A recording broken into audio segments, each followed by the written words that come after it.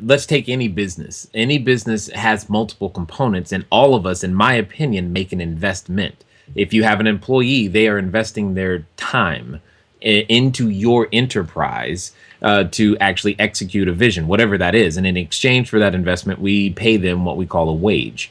So when it comes to real estate, there are four basic components: knowledge, time, money, and credit. All of them are required. None of them, you have to possess only one of them. Any one of them for that matter. You just have to possess one of them. And you can find someone else who has the others. And if they're willing to contribute and play the game with you, then great. Wealth is a team sport.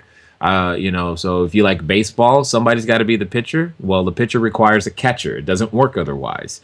You've got to have all of the spots filled, and we don't have to play every role. Somebody has to play the money role. That's true, but it doesn't have to be the person who's, I like to call us the transactional engineer.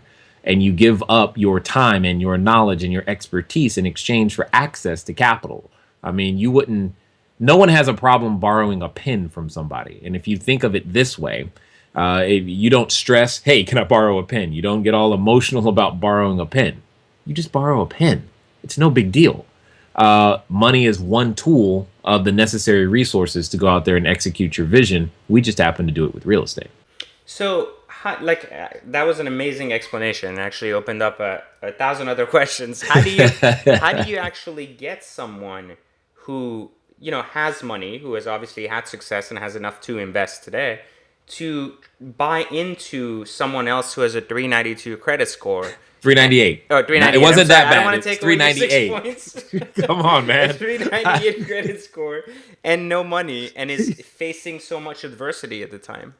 Well, and a couple of things. All right. So the facing adversity piece, here's what I will say. All of us should face a lot more adversity, period. I think we're way too comfortable for far too long. And that's why you haven't begun to see the results that you're looking for at the end of the day. Comfort kills dreams. I tell everybody this all the time. Part of the reason that you probably haven't become the person you were meant to be is because you have access to resources and it is, quote unquote, so easy. If it wasn't, that easy, you would find a way. You would get creative. It's not about resources. It's about resourcefulness, as Anthony Robbins has said. At what it comes down to is we're all on this 8-step process. It's an 8-step process that I believe very strongly makes the difference. And I'll go through it really quickly. Because no one is just going to give you their money. They will, however, exchange it for something of equal value or greater value that they perceive to be of equal or greater value. And that's the key. You and we have to become of equal or greater value than what they currently perceive as the value of their funds. So we all start with step number 1. Step number 1 is simply desire. This is the one step that I cannot give you. You must bring it to the table. And when I say desire, it has to elevate itself beyond just a need to. It eventually has to become a want to. A need to can get you started, but it won't keep you started.